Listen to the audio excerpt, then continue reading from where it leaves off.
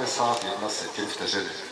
Startuje Zdeněk Hrnčíř, Kokain, jezdecký klub Proseč pod Křemešníkem, připraví se Klára Motyčková.